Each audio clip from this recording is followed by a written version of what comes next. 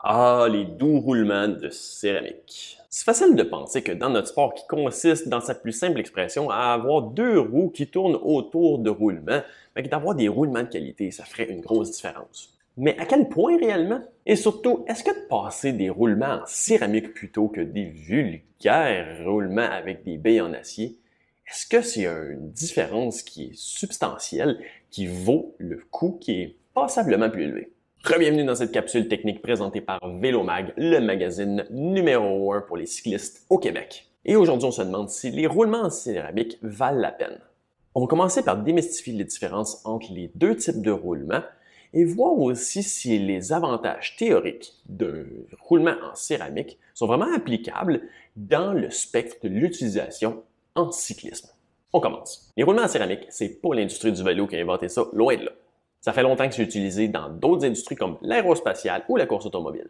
Puis c'est toujours bien impressionnant de dire que dans nos roues, on a les mêmes roulements que sur les navettes spatiales ou les voitures de Formule 1. Dans ces deux industries-là et dans plusieurs autres, l'utilisation de roulements céramiques est très commune et réduit de façon considérable la friction du roulement. Puis il y a trois facteurs qui expliquent pourquoi dans ces industries-là, oui, l'avantage est considérable. Le premier, c'est la dureté des roulements. Oui, les roulements sont beaucoup plus durs et ça aide à réduire la friction. Comment? Quand le roulement est soumis à des forces, que ce soit une force de compression statique, comme soutenir le poids d'un véhicule, donc plus le véhicule est lourd, plus que de force de compression sur les roulements.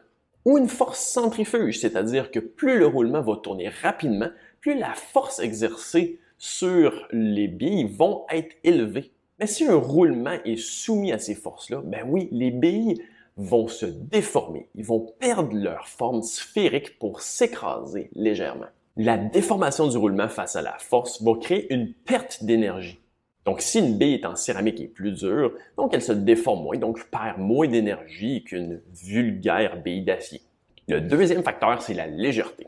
Puis là, on va refaire un parallèle sur la déformation de la bille. Parce que pour une même vitesse de rotation, plus la bille est légère, plus la force centrifuge est basse. Donc, si la force centrifuge est plus basse, il y a moins de déformation de la bille, donc moins de perte d'énergie. En plus, le système est plus léger, mais ça, c'est secondaire. Le troisième facteur, c'est la capacité thermique. Un roulement en acier, quand ça devient plus chaud, ça devient plus mou.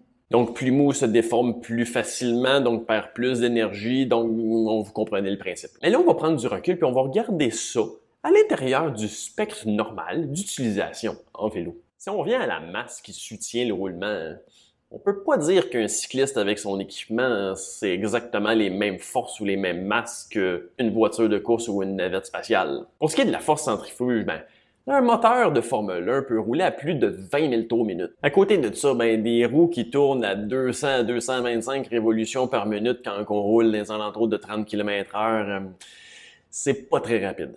Donc, la force appliquée pour déformer le roulement est très minime. Puis pour ce qui est de la température, encore là, on n'est pas dans des scénarios de plusieurs centaines de degrés dans un moteur ou dans une navette spatiale. Ça se passe à relativement basse température, qui est à peu près un poil plus haut que la température atmosphérique. Bref, les principaux avantages des roulements en céramique sont surtout visibles dans un spectre d'utilisation qui est bien en dehors du champ normal d'utilisation en cyclisme.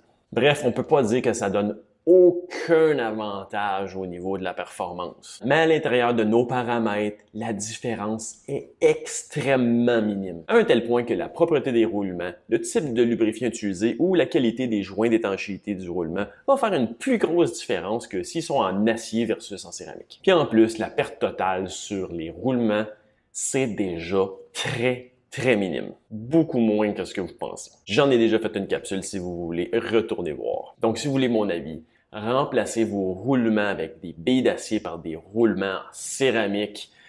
C'est à peu près une des mises à niveau qui va vous donner le pire rendement entre les dollars investis et le gain en performance.